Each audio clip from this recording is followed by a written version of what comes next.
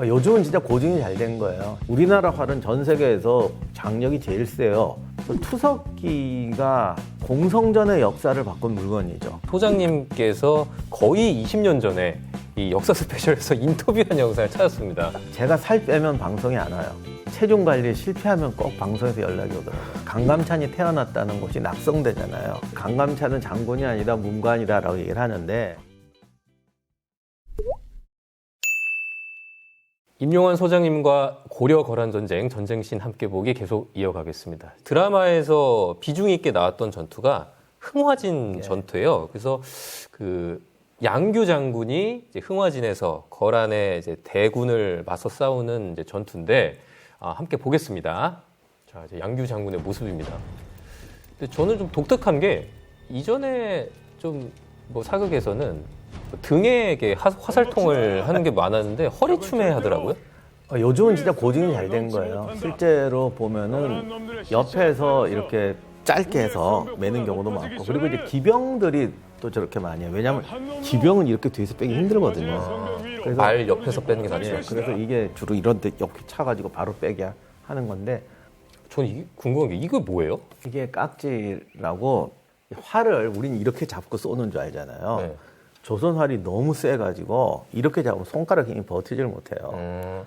이 당기는 이 장력이 너무 세서. 네, 그래서 우리나라 활이 진짜 세거든요. 저도 어릴 때 이제 활 보면 손 힘은 되는데 손가락에서 힘이 딸리니까 당길 수가 없는 거예요. 그래서 이렇게 안 잡고 이렇게 걸기도 하고요.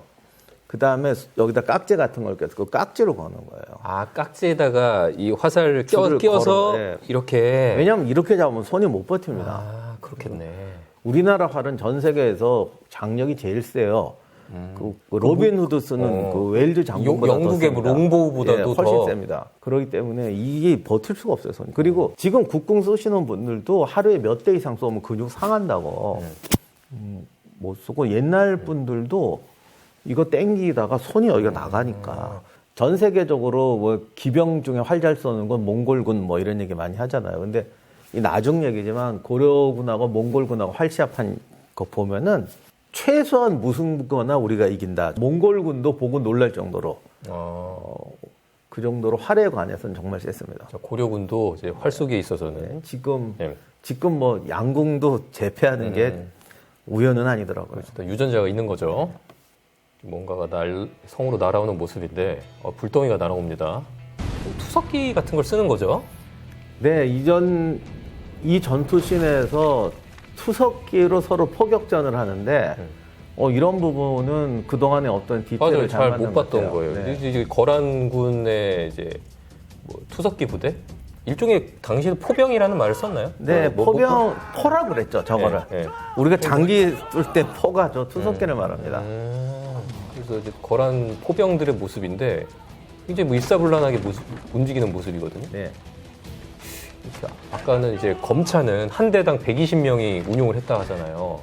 이렇게 투석기 같은 경우는 어느 정도가 운용했다는 기록이 있습니까? 무경청여의 투석기 얘기가 있는데 그게 30명, 60명 뭐 표준형이 투석기의 규모에 따라 다르군요. 크기에 따라 다르죠. 왜냐하면 멀리 가려면 이게 지렛대에 올리니까 크고 높아야 되잖아요. 그래서 이렇게 하는데, 근데 저 투석기가 조금 고증이 이상한 게 분명히 손으로 날리는 투석기인데 트레비셋이라고 서양에서는 지렛대로 날리는 게 있어요. 근데 분명히 손으로 쏘는데 모양은 트레비셋이야. 이게 조금 이제 섞인 거군요. 이게 섞였어요. 근데 그거는 나중에 해외포라고 몽골군이 유럽에서 수입하거든요. 그래서 이때까지 트레비셋은 없는데, 근데 그렇다고 저게 똑 트레비셋도 아니고 좀 묘하게 하여간 저거는 멋있기는 한데 좀 그렇고, 그리고 사정거리가 너무 길어. 저거 확실히 지금 지렛대 원리로 날아가잖아요. 트레비셋 형태. 저건 거의 트레비셋인데. 그럼 트레비셋 이전의 투석기는 어떤 원리로 날렸던 거예요? 사람들이 손으로 잡아당기는 겁니다. 그냥 손으로? 그러니까 저 반대 방향으로 당겨야죠. 그러니까 이쪽으로 날아가는 걸 이렇게 당기면 이렇게 와서 중간 가로대에 탁 걸려요. 그 순간 나가는 거죠. 그러면 그렇게 많이 날아가진 않겠네요? 네, 그 말 하려고 했는데 사정거리가 너무 길더라고요. 그러니까 여기 보면은 거의 뭐 K9 자주포예요. 거의 MLRS급으로 네, 날아가는데 참 신경 많이 써서 멋있게 만들었는데 제가 볼 때는 저 궤적도 저렇게 안 가요. 저 실험을 해봐야 알겠지만 제가 알고 있는 선에서는 저렇게 미사일처럼 이렇게 궤적이 나오질 않습니다. 그럼 당시에 그 이제 천년 전 여유 전쟁 때 쓰였던 이제 공성무기 투석기의 경우는 사정거리가 어느 정도쯤 됐을까요? 만약에 송나라 때 병서 기록 정도라면 뭐 100에서 200 정도가 표준, 잘해야 50, 100, 150 정도 아니었을까 싶어요. 150m? 네. 물론 그거는 그냥 병서에 있는 거고 실전에서는 기술자가 얼마든지 새로운 걸 만들어냅니다. 그럼 날린 거는 이런 불덩이가 아니라 그냥 돌덩이 같은 걸 날렸나요? 저렇게 불덩이 날렸거는 힘들었을 거예요. 그거 특별히 준비를 해야 됩니다. 그리고 로마군 기록에 보면은 투석기가 날아가면은 보고 피한다고들 해요.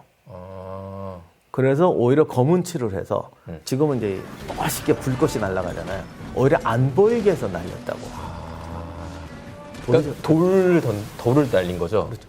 저렇게 멋있게 빠르게 나르지도 않고 제가 실험을 안 해봐서 모르겠지만 이런 식으로 날아가지 않고 아마 올라갔다 이렇게 떨어질 거예요. 그러니까 보고 피한다고요. 다만 얼마든지 현장 상황에 따라서 거대 투석기를 만들 수는 있어요. 그래서 굉장히 큰 투석기를 만들어서 저렇게 집을 파괴하고 화공을 하는 경우도 있습니다만 보통은 성벽을 부셔서 저건 너무 이렇게 멋있게 날렸어요. 그러니까 드라마에서는 민가들에 막 떨어졌는데 네, 사실 투석기의 역할은 성벽을 그렇죠. 무너뜨리는 그리고 역할이었던 그거를 거죠. 저기 5만 대를 쏘겠습니까? 집중시켜서 한 군데 쏴서 제일 중요한 건 성벽을 무너뜨리는 거였습니다. 그런데 그것도 쉽지가 않습니다. 그래서 그렇죠. 그때 당시에 딱 계산을 해서 성벽에 딱 떨어뜨리는 게 매우 어려웠을 것 같은데. 그 얘기도 해야 되는데 수비군도 투석기를 쏴요. 그렇죠. 그래서 이렇게 포격전이 벌어지는 양상은 사료에서 잘 표현한 것 같아요. 그 기록이 언제 있냐면 이때가 아니고 몽골 전쟁 때 귀성 전투에서 그 기록이 나옵니다. 성 안에서 투석기로 쏴서 몽골군 포대를 부셨다라는 기록이 나오거든요. 현대전에서도 포병이 상대방 포대부터 없애야 되잖아요. 그래서 일단은 포대를 잡아야죠. 근데 포대를 잡을 때도 아무래도 성벽에서 쏘는 팀이 유리하겠죠. 아래를 향해 쏘고 잘 보이니까. 그래서 투석기가 공성전의 역사를 바꾼 물건이죠. 투석기가 나오기 전에는 공성전이 진짜 어려웠어요. 알겠습니다. 지금 계속 보겠습니다. 이렇게 투석기 이용하는 장면 봤는데요. 지금부터 이제 흥화진 전투에서 이렇게 포격이 이루어진 다음에 활로 전투가 벌어지는 장면인데요. 이 흥화진 전투는 뭐 활로 많이 싸우더라고요. 이게 실제로 공성전에 많은 비중을 차지하는 게 활로 싸우는 겁니까? 일단 엄호 사격이 반드시 필요해요. 그러니까 아까 기병 전투 때도 말했지만 기병이 그냥 돌격하는 게 아니라 엄호 사격을 하고 잠깐의 빈 틈을 노리는 게 기병의 스피드거든요. 무조건 돌격하나요? 엄호 사격 해주면서 돌격해야지. 이렇게 아까 말씀하셨던 깍지. 네, 근데 지금 손에도 피나고 막 화살줄 끊어지고 하는 거. 이제 끊어집니다. 네, 이런 디테일을 실용적 디테일, 무기를 써본 사람들이 아는. 그러니까 실제로 전투 중에 많이 끊어지고 그랬어요? 끊어졌을 거라고 하더라고요. 뭐 전투를 해본 사람은 없지만 제 친구가 국궁 전문가가 하나 있는데 저 활이 생각보다 위험한 게 여기를 다친대요. 여기 손목에 이렇게 쏘면 이제 흔들리거나 하면 여기 보통 옛날 사람들 여기다 뭐 대잖아요. 이게 왜 필요하냐면 가다가 이렇게 쭉 가는 게 아니라 잘못 튀기면 여기를 치는데 시위가 여기 치는구나. 활이 이게 워낙 세니까 여기도 혈관이 있잖아요. 큰일 난다고 그러더라고요. 그렇겠네요. 그래서 지금도 저 각궁은 아무나 못 쏘고 충분히 저기 활 연습을 해서 어느 정도 된 사람이 저걸 쏘지 저게 뭐 저희 같은 사람이 가서 그냥 한번 쏴봅시다 한다고 되는 게 아니다. 그러니까 제대로 된 각궁이라면. 좋습니다. 양규가 이렇게 활을 고치는 모습도 나오는데요. 저런 것들을 참 디테일하게 잘했어요. 근데 저렇게 쉽게 안 걸려요. 네. 장군이니까. 네. 저 활 쏘면서 이렇게 탁 하는 것도 아까 말씀드린 대로 영화도 옛날에 이렇게 당겼거든요. 그럼 여기 친다고.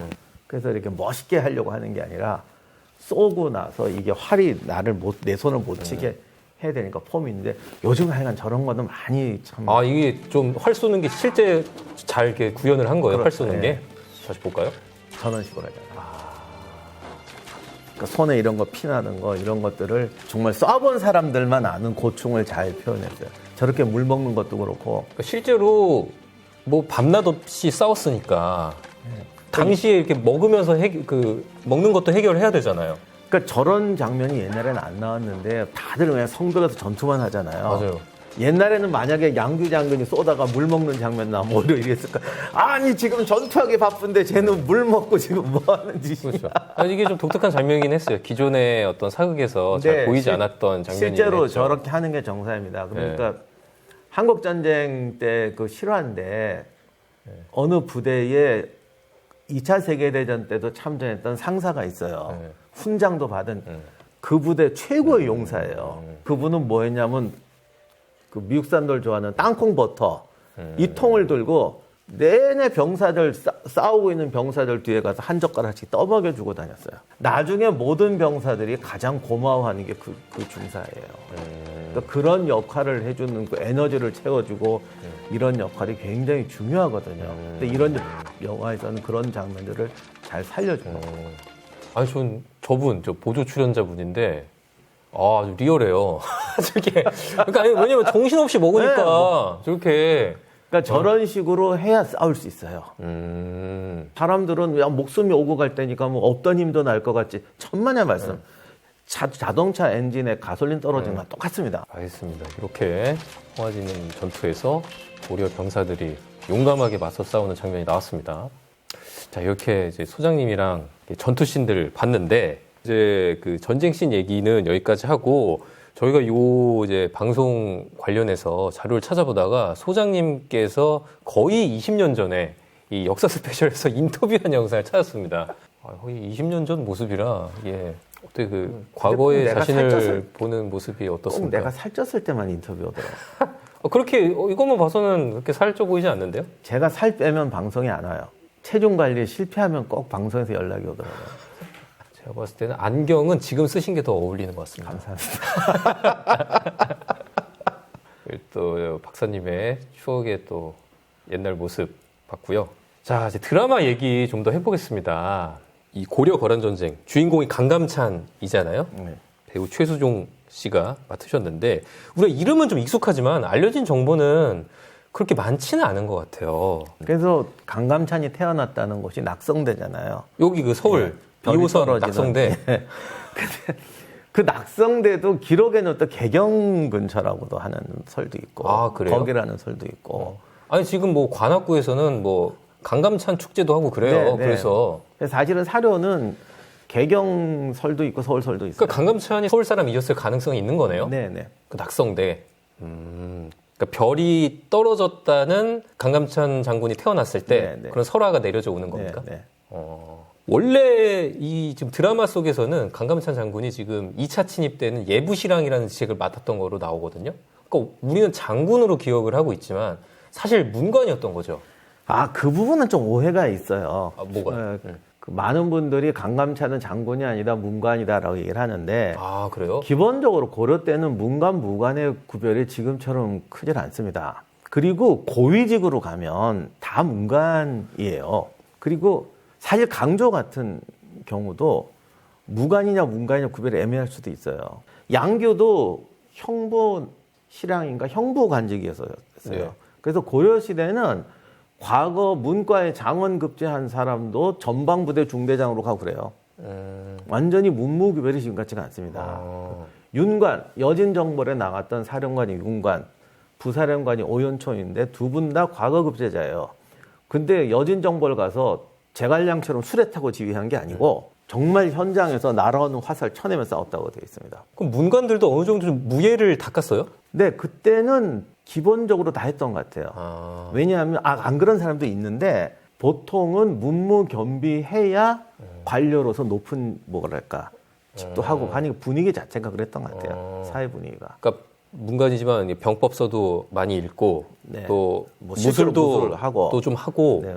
물론 그 무신난 날 때 보면은 뭐 문신 복장한 애는 다 죽여라. 그래서 문무 간의 구별이 없다고까지는 말은 안 하겠는데 그 고위 관료라든가 우리가 생각하는 것처럼 문무의 구별이 반드시 그렇게 구별됐던 건 아니고 일종의 아무리 뭐 문관이라 하더라도 그 무예나 이런 이제 병법 이런 것들이 하나의 스펙이었던 거네요. 예, 그래서 특히 고위직으로 가려면. 예, 고위직들은 그런 경우가 많습니다. 고려가 조선보다는 좀 상업이 더 발달한 나라 아니었나? 고려사를 조선에서 편찬했단 말이에요. 네. 사료에 그런 얘기를 많이 뺐다고 보여져요. 세상을 너무 편협하게 본다는 거예요. 그런 부분을 깨트리기 위해서도 고려시대 전쟁사는 중요한 것 같습니다. 고려시대 전쟁, 문화, 역사, 국가제도는 우리에게 많은 시사점을 준다고 생각합니다.